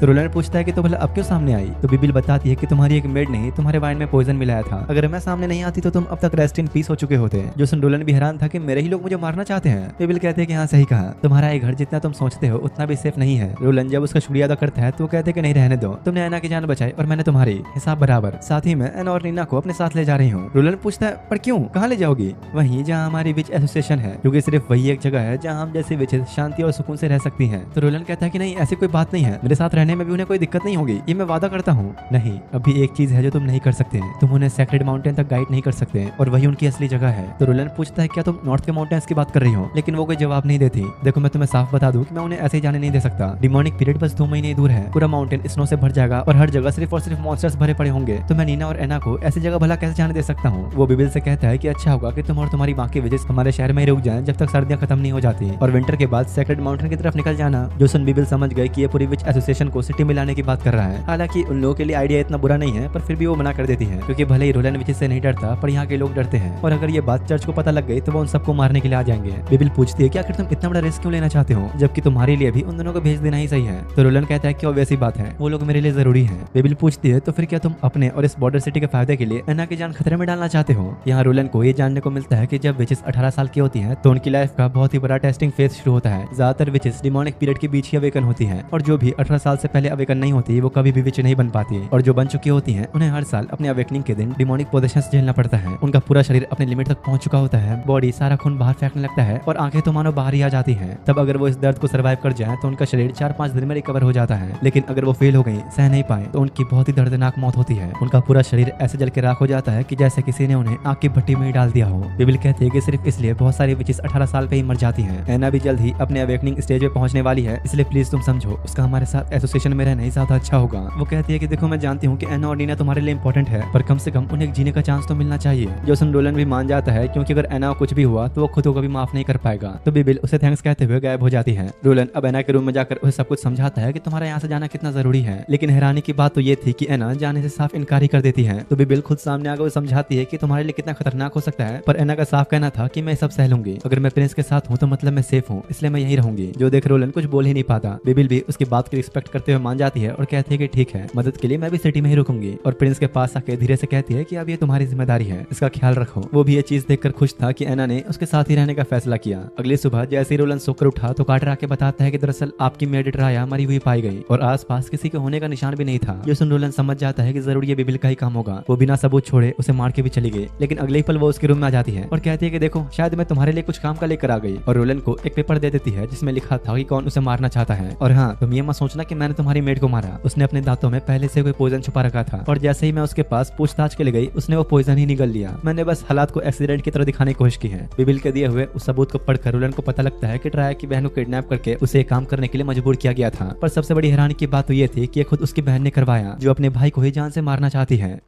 अब कुछ देर बाद रोलन की बारो और कार्टर के साथ एक मीटिंग होती है, जो बताते हैं कि सारे मिनरल्स 50% प्राइस पर बेचने के बाद भी हमें 200 गोल्ड कॉइन मिले, जो एक अच्छा अमाउंट है, क्योंकि सारे खर्चे निकालने के बाद भी हमारे पास 90 गोल्ड कॉइन्स बच रहे हैं, जो सर्दियों में काम आ जाएंगे। साथ ही कार्टर बताता है कि हमारे मलेशिया आर्मी में लोग तो ज्वाइन हो रहे हैं, जल्द ही 100 लोगों का टारगेट भी पूरा हो जाएगा, लेकिन ट्रेनिंग में एक बहुत बड़ी प्रॉब्लम है, क्योंकि ऑब्वियस सी बात है कि हम इन किसानों और मजदूरों से ये एक्सपेक्ट नहीं कर सकते हैं कि वो इन बड़े बड़े और खतरनाक डिमोनिक बीस्ट से लड़ पाएंगे। ये लोग तो ठीक से तलवार भी नहीं पकड़ सकते हैं। तो रोलन पूछता है कि फिर इस चीज के लिए हम क्या करें। तो कार्टर कहता है क्यों ना हम बोरिस से जाकर उसे थोड़ी हेल्प हेल्प लें। तो रुलन कहता है कि हाँ ठीक है, ये भी ट्राई करके देख लो। जोसन कार्टर भी जाने की तैयारी करने के लिए निकल जाता है। बारोफ कहता है कि देखिए आप बुरा मत मानिएगा, पर कार्टर अभी नोबल से काम को नहीं समझ पाता, वो अभी काफी भोला है। तो रुलन कहता है कि हाँ ये मुझे भी पता है, मैंने तो बस उसे खुश करने के लिए हाँ बोल दिया, क्योंकि मुझे भी अच्छे से पता है कि बोरिस जैसा इंसान हमारी कोई हेल्प नहीं करेगा। फिर बारोफ पूछता है कि तो अब ये सब होगा कैसे, क्योंकि हमारे लोग के पास तो कॉम्बैट एक्सपीरियंस भी नहीं है और तो और स्वॉर्ड्स और शील्ड की भी बहुत कमी है। तो रुलन कहता है कि चिंता मत करो चाचा, कोई वेपन से कमी नहीं होगी, क्योंकि मैंने कुछ बिल्कुल ही नया बनाने का सोचा है जो दुनिया बदल के रख देगी। और उसने अपने इस नए प्रोजेक्ट पे एना के साथ मिलकर काम करना भी शुरू कर दिया था। वो एना से कहता है कि देखो तुम्हें फिलहाल कुछ नया करना होगा, सारी की सारी फ्लेम एनर्जी अपने फिंगर टिप पे फोकस करो तब तक जब तक ये ब्लू कलर जैसा ना बन जाए। पर एना इसे सही से नहीं कर पाती और थक के उसकी बाहों में गिर जाती है। एना कहती है कि मेरी इतनी एनर्जी आज तक तो यूज नहीं हुई, आखिर आप बनाना क्या चाहते हो? मैं तुम्हें ऐसे बता के समझा तो नहीं सकता, बस इतना समझ लो कि मेरे इस आविष्कार के बाद एक नया एरा शुरू होगा। रात में आप जब भी बिल प्रिंस से मिलने आए तो उसके बनाए ब्लू प्रिंट्स लेकर आती है जो उसने अब ले लिए हैं और कहती है कि ये चीज तो आज तक के इतिहास में किसी ने नहीं बनाई, ये हमारे एसोसिएशन के लिए भी काफी यूजफुल होगा। हाँ ठीक है, अगर ऐसा तो फिर रख लो, मैं दोबारा बना लूंगा। बिबिल कहती है कि वैसे मैं एना से अब काफी जेलस हो रही हूँ, क्योंकि उसके पास कोई है जो हर पल उसका ख्याल रखता है और खुद से भी ज्यादा भरोसा करता है। विच बनने के बाद मैंने आज तक किसी पे भरोसा नहीं किया, पर अब एना और तुम्हें देख के मुझे ऐसा लग रहा है कि मैं काफी ज्यादा बदल रही हूँ। सुबह होने पर प्रिंस कार्टर के साथ बोरिस से मिलने के लिए जाता है, जहाँ उन्हें बोरिस का महल कुछ ज्यादा ही शानदार और आलीशान लग रहा था। उनके पहुंचने पर बोरिस बड़े ही फेक तरीके से उनका वेलकम करता है, जो कि रुलन को साफ पता चल रहा था कि ये बस दिखावा कर रहा है। इसलिए वो अब सीधा अपने मुद्दे की बात पर आते हुए कहता है कि मुझे अपने मलेशियन आर्मी में कुछ इंस्ट्रक्टर्स, अच्छे वेपन्स और फाइटर्स चाहिए ताकि हम बॉर्डर सिटी को प्रोटेक्ट कर सकें। और जैसा रुलन को अंदाजा था, वो बहाना मारते हुए कहता है कि मुझे माफ करना, मेरे सोल्जर्स अभी काफी थके हुए हैं, और उन्हें एक बॉक्स देते हुए कहता है कि बस मैं फिलहाल आप लोग की इतनी मदद कर सकता हूँ। कार्टर ने जब बॉक्स खोला तो उसमें सिर्फ एक ही गोल्ड कॉइन होता है। कार्टर को तो बड़ा ही गुस्सा आ रहा होता है, लेकिन रोलन उसे शांत रहने को कह के खड़े होते हुए उसे थैंक्स कहकर वापस चला जाता है। रास्ते में कार्टर माफी मांगते हुए कहता है कि प्लीज मुझे माफ कर दीजिए, मेरे कहने पे आप वहाँ गए और उसने आपकी ऐसी बेइज्जती की। रोलन कहता है कि तुम इसकी टेंशन मत लो, मैं तो बस तुम्हें इन नोबल्स की असलियत दिखाना चाह रहा था। वैसे भी मेरे पास मेरा अपना प्लान है और अब से मैं मलेशियन आर्मी को खुद ट्रेनिंग दूंगा, भले ही वो गाँव के कुछ आम लोग ही क्यों ना हो, अब वही मेरी आर्मी बनेंगे। जिसके बाद अगले दिन प्रिंस मलेशिया आर्मी के सभी वॉलंटियर्स को मेन वॉल के सामने जमा करता है और उन्हें हायर करने के लिए अनाउंस करता है कि सभी को 10 सिल्वर कॉइंस पर मंथ और साथ ही में भरपूर खाना और रहने की सुविधा दी जाएगी। रोलन अच्छे से जानता था कि इन लोगों को अपनी तरफ करने के लिए इतना बहुत होगा। इन्हीं लोगों के बीच वोनर नाम के एक बंदे को दिखाया जाता है जिसका भूख से बुरा हाल था। तो उसके दोस्त मजाक उड़ाते कि भाई तू ठीक तो है ना, कहीं तो सिक्के देखने से पहले ही ना मर जाए, लेकिन अगर तुम मर गए तो तुम्हारी माशुका का क्या होगा। असल में वोनर अपनी गर्लफ्रेंड के लिए इस आर्मी में ज्वाइन होना चाहता है ताकि अच्छे खासे पैसा कमाकर उसे शादी कर सके, क्योंकि साल के एंड होने से पहले वो उसे शादी के लिए प्रपोज करना चाहता है। तभी इधर कार्टर प्रिंस की एंट्री अनाउंस करते हुए सभी को एक लाइन में खड़ा होने के लिए कहता है। रोलन को इस तरह अपने सामने खड़ा देख वोनर बहुत हैरान था, क्योंकि वो पहली बार किसी रॉयल पर्सन को इतने पास से देख रहा है। रोलन कहता है कि देखो तुम लोग ये मत समझना कि तुम बस कमाने के लिए यहाँ पर हो, तुम यहाँ अपने जमीन, अपने घर और अपने परिवार वालों को बचाने के लिए आए हो। अब तुम सभी लोग मलेशिया आर्मी के मेंबर्स हो, तो ध्यान रखना कि ट्रेनिंग टफ होगी, लेकिन हाँ उसका इनाम भी मिलेगा। जो कोई भी ट्रेनिंग में अच्छा करेगा और पास होगा उन्हें लंच में एक्स्ट्रा एग मिलेगा, क्योंकि यहाँ पर इन लोगों के लिए नॉर्मल सा एग, अंडा एक लग्जरी आइटम है, इसलिए वो लोग तो बहुत खुश होते हैं। फिर अब रोलन अब तक के सबसे बेस्ट हंटर आयरन एक्स को उन सभी से मिलवाते हुए कहता है कि तुम लोगों को अब से यही ट्रेन करेगा। कार्टर इस फैसले से खुश तो नहीं लग रहा था, पर प्रिंस इस बात पर ध्यान न देते हुए सभी से कहता है कि देखो जो भी अच्छा करेगा उसके रैंक को और ऊपर बढ़ाया जाएगा, अब चाहे वो कैसे भी करे। जिसके बाद तुरंत ही आयरन ऐलान करते हुए अपनी ट्रेनिंग का पहला शिफ्ट शुरू करता है, जिसमें सभी लोगों को बस 30 मिनट तक सीधा खड़े रहना है बिना हिले। जो ये कर लेगा उसे एक एग और एक गिलास दूध मिलेगा। जिसके बाद बस इस 30 मिनट के अंदर ही सभी की हालत बहुत बुरी हो जाती है। अपना वोनर भी बेचारा पूरी कोशिश करके कैसे भी करके 30 मिनट तक खड़ा रहता है। वो लोग काफी थक तो गए थे, पर साथ ही खुश भी कि चलो आपसे कुछ नया सीखने को मिलेगा। आयरन कार्टर को अपनी पहली ट्रेनिंग का रिपोर्ट देता है, जिसे देख के साफ पता लग रहा था कि इन दोनों में अब तक कुछ खास दोस्ती नहीं हुई है। इधर वोनर और उसके दोस्त सोच रहे होते हैं क्या सही में प्रिंस ने जो बोला है वो करेंगे भी या नहीं, क्योंकि नोबल्स पे तो आजकल कोई भरोसा ही नहीं करता।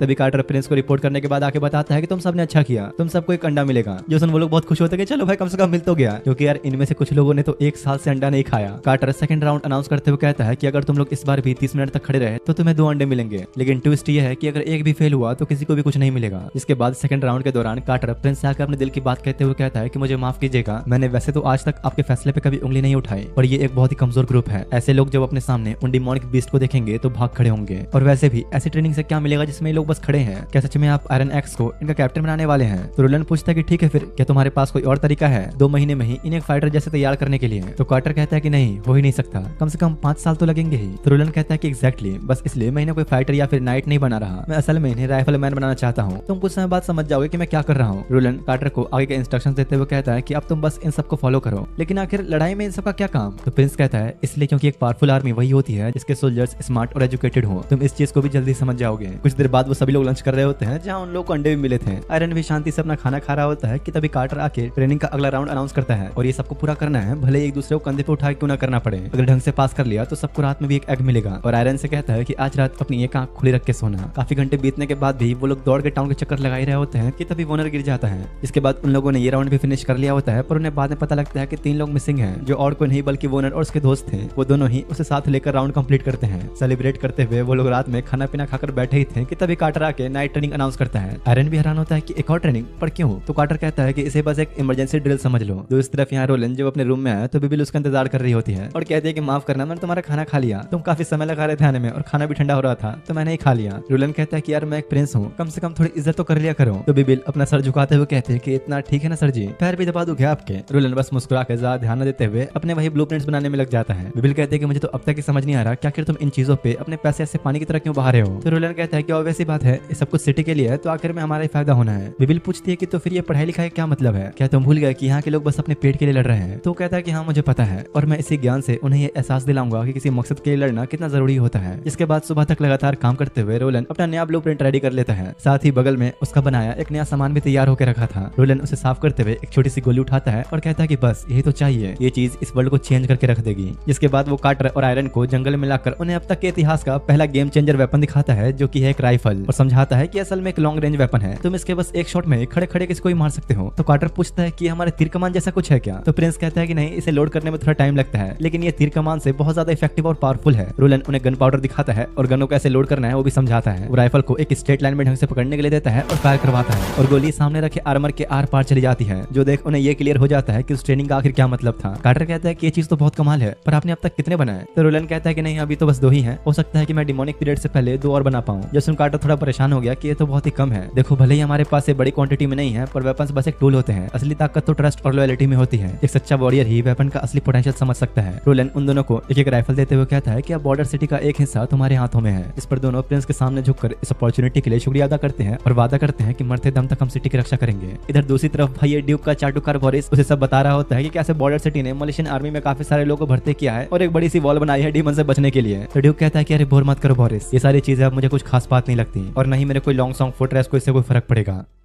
अब कुछ दिनों बाद का सीन दिखाया जाता है जहां मलेशिया आर्मी की ट्रेनिंग अभी चल रही थी। ग्रेहाउंड समझ जाता है कि ट्रेनिंग ऐसे ही फालतू में नहीं हो रही, अगर सब कुछ ऐसा ही चलता रहा तो जल्दी ये लोग एक योद्धा जितने काबिल बन जाएंगे। अगर तुम लोग भूल गए तो मैं बता दूं कि प्रिंस ने जिन कैप्टन को अपने पास बुलाया था, ये ग्रेहाउंड उनमें से ही एक है, जिसके उस समय प्रिंस को देख के बहुत फट रही थी। वहीं वो दूसरे कैप्टन ब्रायन से ही मिलता है और उसे कहता है कि यार तुम्हारी शॉर्ट स्किल्स भी तो काफी अच्छी है, तुम तो मलेशियन आर्मी में आराम से ज्वाइन हो सकते हो, मुझे यकीन है कि तुम्हारे टैलेंट से प्रिंस जरूर इंप्रेस होंगे और हो सकता है कि वो तुम्हें एक नाइट भी बना दे। तो ब्रायन पूछता है क्यों ना फिर हम दोनों साथ में ज्वाइन करें, पर उसके साथ यही तो दिक्कत थी, ग्रे को खुद के पोटेंशियल पे ही विश्वास नहीं था, उसे खुद ने यकीन था कि वो सच में ऐसा कुछ कर भी सकता है। बिल्कुल एक अंडर कॉन्फिडेंट बंदा जिसे ना खुद पे और ना खुद के टैलेंट पे विश्वास है। वो ब्रायन को मना करते हुए कहता है कि नहीं, मुझे फिलहाल इसकी जरूरत नहीं, मैं फिलहाल एक सिटी गार्ड होकर ही ठीक हूँ, मेरे लिए इतना काफी है। दोनों साथ में थोड़ा घूमते फिरते जंगल के अंदर एक घर टाइप एरिया में पहुंचते हैं जहाँ पर काफी सारे वॉरियर्स थे, लेकिन साथ ही कुछ लोग ऐसे भी थे जिन्हें ब्रायन ने कभी देखा नहीं था। दोनों को देखते ही उनमें से एक बंदा उन्हें पहचान लेता है और कहता है कि मेरे पास तुम लोग के लिए एक अच्छा जॉब ऑफर है, अगर तुम लोग ये एक्सेप्ट कर लेते हो तो तुम्हें एक नाइट बना दिया जाएगा। जो सुन ब्रायन और ग्रे भी हैरान होते हैं, पर साथ ही साथ एक्साइटेड भी कि आखिर ऐसा क्या काम है। वो कहता है कि देखो मैं तुम्हें साफ क्लियर कर दूं कि मेरे जो अंकल है वो ड्यूक के one of the trusted man में से एक है, पर तुम्हारे प्रिंस ने ड्यूक के ऑफर को ठुकरा के उसकी ही बेइज्जती की और बस इसलिए मैं यहाँ आया हूँ और मुझे अब तुम लोग की हेल्प चाहिए प्रिंस के कैसल में जाने के लिए। ग्रे और ब्रायन दोनों ही ये सुनकर समझ गए थे कि यहाँ पर चीजें कुछ ठीक नहीं, पर फिर भी बेचारा मासूम ग्रे पूछ लेता है कि आखिर तुम लोग कैसल में जाकर क्या प्रिंस को मारने वाले हो, पर वो तो 4th प्रिंस है ना,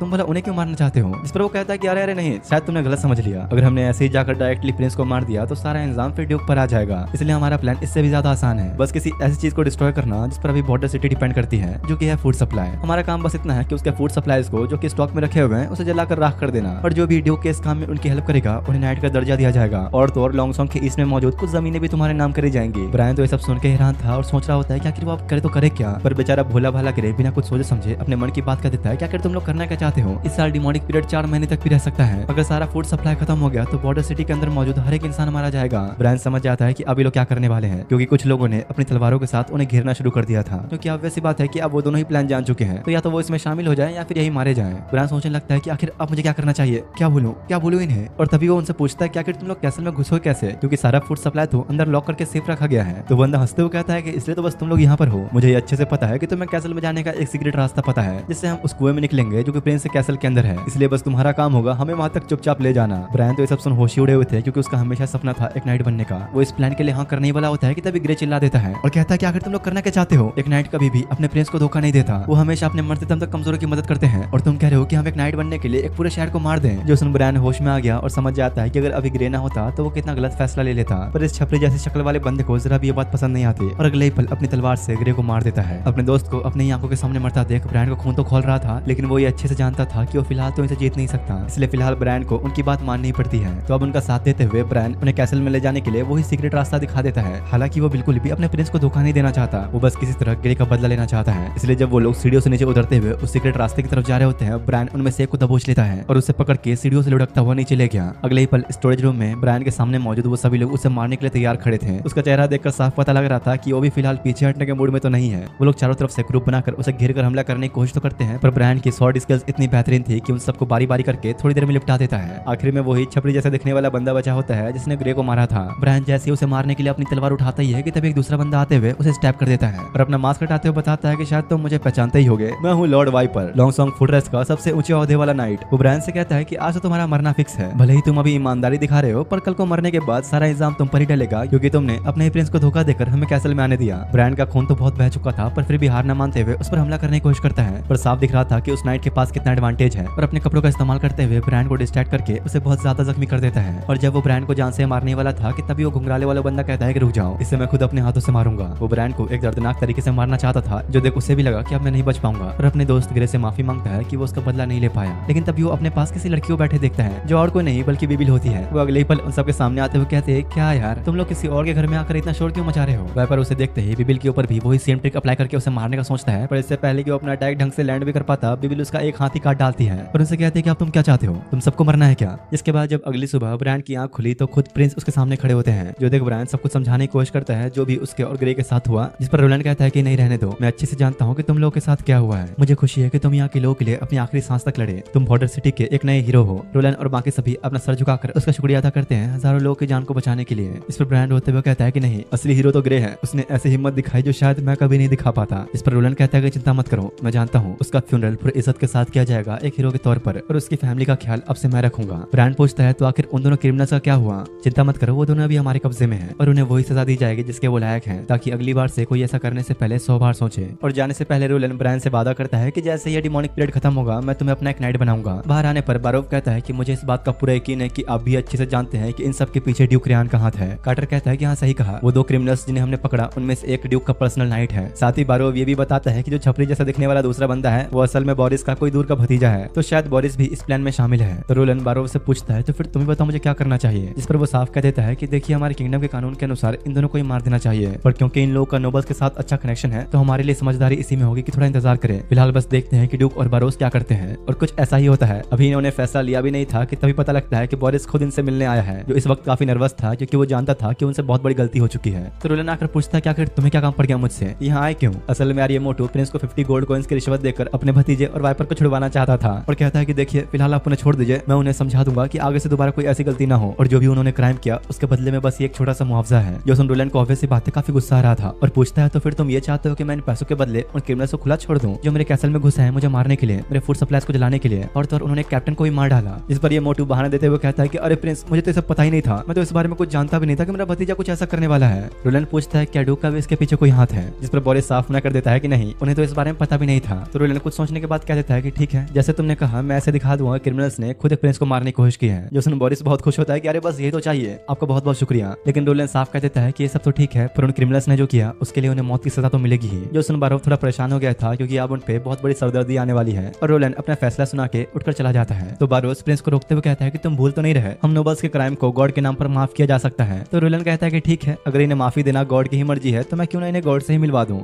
और रोलैंड ठीक ऐसा ही करता है, पूरे शहर के लोगों को इकट्ठा करके उन्हें बताता है कि आखिर इन दोनों ने क्या किया और क्यों इन्हें सजा मिल रही है, ये समझाते हुए कि कैसे इन लोगों ने हमारे फूड सप्लाई को ही खत्म करने की कोशिश की और तो हमारे one of the best captains greyhound को ही मार डाला। जो सुन आसपास खड़े सभी लोग बहुत ज्यादा भड़क जाते हैं और रोलैंड ब्रायन और ग्रे को उनका हीरो घोषित करते हुए बोरिस के सामने ही दोनों को लटकाकर मार देता है।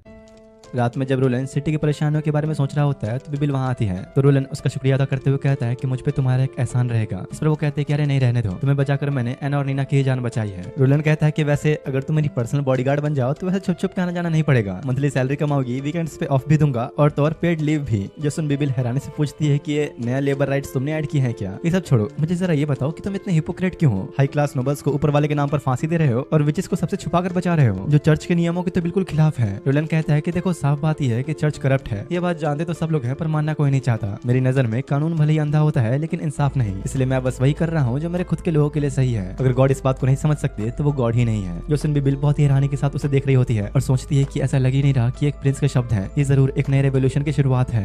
इधर कुछ दिनों बाद ब्रायन ग्रे हाउंड की कब्र के पास उसे मिलने आता है, ये बताने के लिए कि कैसे वो प्रिंस की बदौलत एक नाइट बन चुका है। साथ ही प्रिंस ने एक विच के जरिए मेरी जान बचाई। वो उसी कब्र के पास एक फूलों का गुलदस्ता रखते हुए कहता है कि बस अब मैं भी तुम्हारी तरह अपने शहर को बचाने के लिए अपने अंतिम पलों तक लड़ूंगा, क्योंकि तुम अब यहाँ के एक नए हीरो हो। दूसरी तरफ भाई ड्यूक का चाटुकार बोरिस उसे सब बता रहा होता है कि कैसे उसकी बात न मानते हुए प्रिंस ने उसके भतीजे और रैपर को सबके सामने सूली पर लटका दिया और कहता है कि अब बस ऑर्डर दो, हम उसके पूरे शहर को जड़ से उखाड़ कर खत्म कर देंगे और उस साले प्रिंस की खोपड़ी को तो मैं खुद आपके पास लेकर आऊंगा। ड्यूक चुपचाप पहले तो उसकी बातें सुनता है और अपने एम्बेसडर पेट्रोव से पूछता है तो बताओ तुम क्या सोचते हो इस बारे में। इस पर वो साफ कह देता है कि नहीं, ये बिल्कुल भी सही फैसला नहीं है। अगर हमने बॉर्डर सिटी पर अभी अटैक किया तो हमें वहाँ की सारी पॉपुलेशन को ही सेक्रीफाइस करना पड़ेगा और तो और उनके फोर्थ प्रिंस को मारने के बाद रॉयल फैमिली से हमारे कनेक्शन पूरी तरह से टूट जाएंगे। तो बोरिस पेट्रोव पर चिल्लाते हुए कहता है कि तुम तो सच में एक डरपोक हो, क्या चाहते हो फिर? प्रिंस ने जो हमारी बेइज्जती की उसे हम सह लें और हाथ पे हाथ धरे बैठे रहें? पर पेट्रोव अपना फैसला नहीं बदलता, क्योंकि अभी तो हम मौके का फायदा उठा के उन पे हमला कर भी देंगे, लेकिन वॉर खत्म होने के बाद हमारी दुश्मनी सिर्फ बॉर्डर सिटी से नहीं होगी बल्कि फोर्जा किंगडम की पूरी रॉयल फैमिली से होगी। ड्यूक को उसकी बातें थोड़ी लॉजिक वाली लगती है और कहता है कि ठीक है फिर तुम ही कोई तरीका बताओ। तो पेट्रोव उनके सामने 3 ऑप्शन रखता है जो कि यूजफुल भी होंगे। पहला स्कॉच अर्थ, हम उनके हर जगह से आने वाले सारे फूड सप्लाईज पर एक होल्ड लगा देते हैं जिसके बाद रोलन और उसके लोगों का भूखा मरना होता है। दूसरा, सारे एंट्री पॉइंट्स को लॉक करवा के प्रिंस के पास आने वाली सारी मदद को रुकवा दें। और या फिर तीसरा और सबसे आसान रास्ता, हम लोग डिमोनिक पीरियड आने का वेट करते हैं, उनका खात्मा तो ये डीमंस ही आसानी से कर देंगे, तो फिर हमें कुछ करने की क्या जरूरत। अगर फिर भी रोलन के इस तरह जिंदा बच गया तो उसे बादे मार देंगे और सारा का सारा इंजाम उन मॉन्स्टर्स पर डाल देंगे। अब तो यार मुझे सही में लग रहा है कि रोलन को अकेला टक्कर देने वाला सिर्फ यही बंदा है। इधर दूसरी तरफ रोलन ने मिडिवल एज को हमेशा के लिए बदलने का फैसला कर लिया होता है। वो अपने सारे भरोसेमंद लोगों को बुला के एक बड़ा सा लोहे का ढांचा उनके सामने रखता है और एना से कह के फायर मैजिक से उसे एक्टिवेट करवाता है, जिसके बाद काफी सारा पानी उबलने लगा और आसपास के सारे गियर्स रोटेट करना शुरू कर देते हैं और ऊपर से काफी सारा भाप निकलता है जो देख सभी हैरान थे, क्योंकि रोलन ने इस मिडिवल एज में एक स्टीम इंजन का आविष्कार कर दिया।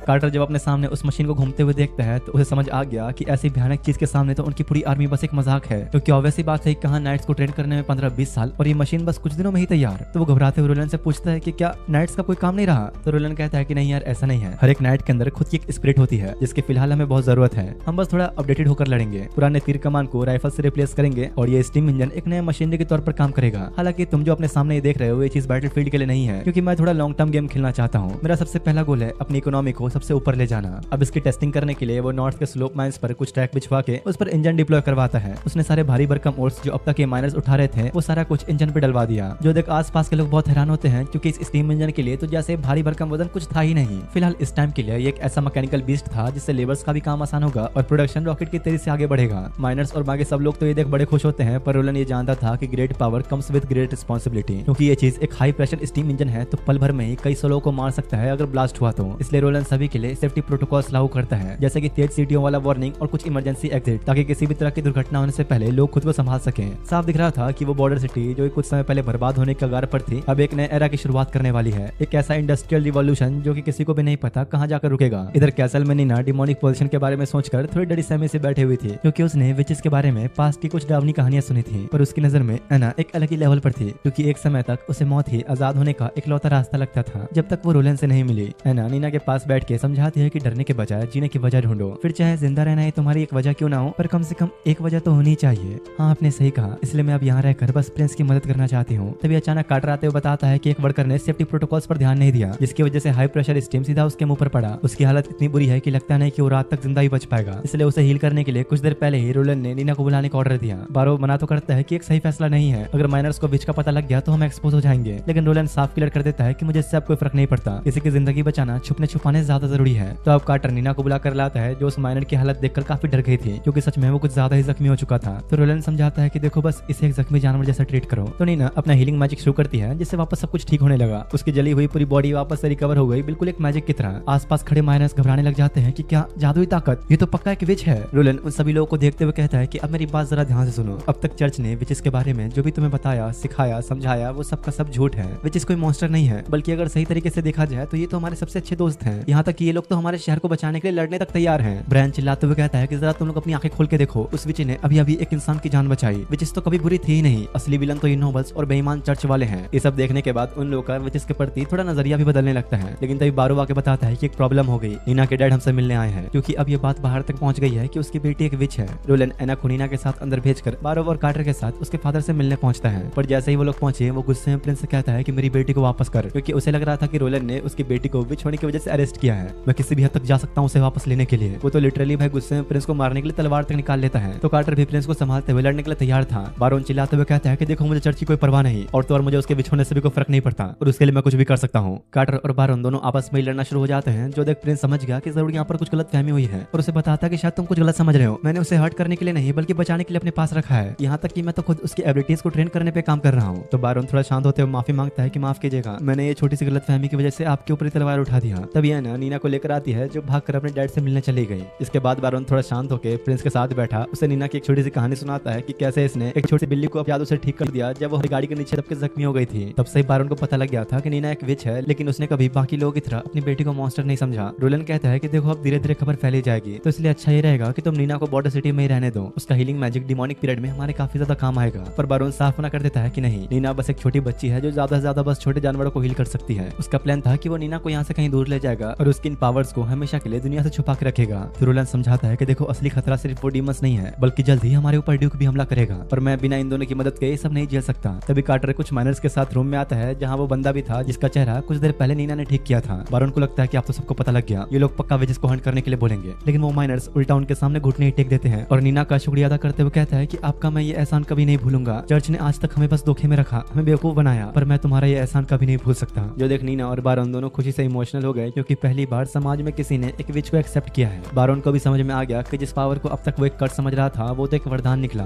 रोलन अब बारोन से अकेले में बात करने के लिए उसे गार्डन में लेकर आता है और अपना एक अल्टीमेट साइकोलॉजी मूव चलता है। वो बारोन को ऑर्डर नहीं देता, बल्कि उसके और उसके पूरे एग्जिस्टेंस को प्रेस करता है कि कैसे उसके फादर एक महान लेजेंडरी नाइट थे, जो अकेले खुले मैदान में एक जायंट डिमोनिक बीस्ट के सामने डटकर खड़े रहे और हार नहीं मानी। रोलन समझाता है कि देखो मैं अच्छी तरह से जानता हूँ कि तुम उन आम नोबल्स की तरह बिल्कुल भी नहीं हो, अभी भी एक योद्धा जैसे भारी आर्मर्स पहनते हो, तलवार लेकर घूमते हो और हाथों की लकीरें साफ बयां कर रही है कि तुमने अब तक कितनी लड़ाइयां लड़ी हैं। रोलन डायरेक्ट मेन बात पर आते हुए कहता है कि मुझे तुम जैसे किसी की जरूरत है, क्या इस मुश्किल समय में तुम मेरे साथ लड़ोगे? इस पर बारोन थोड़ा घबरा गया, क्योंकि वो तो यहाँ नीना को स्ट्रॉन्ग हेड की सेफ्टी में ले जाने आया था। पर रोलन ये जवाब देते हुए उसका ये वहम दूर कर देता है कि अगर नोबल्स को गलती से ही पता लग गया कि नीना एक विच है, तो वो लोग खुद बिना सोचे समझे उसकी जान लेने पे उतर आएंगे। लेकिन अगर वो यहाँ हमारे साथ बॉर्डर सिटी में रही, तो जल्दी लोग उसे एक गार्जियन एंजल की तरफ पूजेंगे। रोलन बारोन से ये कहते हुए वादा करता है कि देखो मैं खुद फ्रंट लाइन पर लड़ूंगा, अगर किसी भी तरह शहर पे कोई खतरा आता है तो सबसे पहले नीना को यहाँ से निकाला जाएगा, और ये मेरा तुमसे पक्का वादा है। और क्योंकि प्रिंस ने खुद सामने से उसे इतना बड़ा वादा कर दिया, तो उसकी हिम्मत नहीं बनती कि अब भी वो अपनी बेटी को इस तरह डर के साये में रखे, और घुटनों पर आके खुद को प्रिंस को सौंप देता है, ये कहते हुए कि अब से मैं जिंदगी भर आपके लिए वफादार रहूंगा। अब क्योंकि सर्दियां बहुत ही नजदीक थी, तो यहाँ वर्कर्स का ओवर टाइम में काम शुरू हो चुका था। रोलन की मलेशिया आर्मी लगातार अपनी ट्रेनिंग में लगी थी, लोहार सब अपने काम में लगे थे, राइफल्स बनाने की अलग तैयारी चल रही थी, और तो और छोटे माइनर से लेके चीफ नाइट्स तक सब दिन रात बस अपने काम में लगे होते हैं। सर्दी से बचने के लिए ये बस एक दीवार नहीं थी, बल्कि लोहे का एक पूरा किला बन रहा था। ठंड शुरू होने से एक रात पहले बिबिल खुद एना और नीना से मिलने आती है, ताकि एना को दोबारा मना सके वापस चलने के लिए, और कहती है कि देखो मेरी बात सुनो, चाहे तुम कितनी भी कोशिश कर लो, तुम्हारा ये इंसान मैजिक भी इस खतरनाक सर्दी को नहीं झेल पाएगा। बिबिल एना को होली माउंटेन्स के बारे में बताते हुए कहती है कि देखो हमारे पास अब भी एक ऐसी जगह है जहाँ हम जैसे विचेस आजाद अपनी जिंदगी जी सकती हैं, इन सभी इंसानों की लालच से बनी इस दुनिया से दूर। पर एना को इस बात से फर्क नहीं पड़ता, और अपने पास्ट के बारे में बताते हुए कहती है कि जब मेरी आंखों के सामने मेरी माँ आगे मुझे लस्कर मरी, उस धुएं की घुटन मुझे आज भी याद है, और मेरा बाप उसने तो बस 25 गोल्ड कॉइन की लालच में मुझे मरने के लिए यहाँ छोड़ दिया। और रोलन ही था जिसने मुझे उस नर्क से बाहर निकाला। उसकी आंखों में साफ दिखता है कि उसे हम विचेस से कितनी परवाह है। मेरे लिए मेरा होली माउंटेन ये बॉर्डर सिटी ही है। जोसन भी बिल्कुल कुछ बोल ही नहीं पाती। तभी नीना कहती है कि देखो बाहर बर्फ के सफेद गोले हैं, शायद इसे ही स्नोफॉल कहा जाता है ना? और सही में बाहर स्नोफॉल शुरू हो चुका था, जो कि इस बात का इशारा है कि डिमोनिक पीरियड अब स्टार्ट हो चुका है। और इसी के साथ ही वीडियो यहीं पर एंड होती है। असल में यार इस एनिमे के 12 एपिसोड्स आने थे, पर किसी कारण की वजह से इसके अभी तक सिर्फ 8 ही एपिसोड्स रिलीज हुए हैं। बाकी एपिसोड डिसकंटिन्यू हो चुके हैं। इसके पीछे की वजह तो नहीं पता मुझे, पर हो सकता है कि शायद फ्यूचर में आ जाए, इसलिए फिलहाल तुम लोग सब्सक्राइब करके रख लो।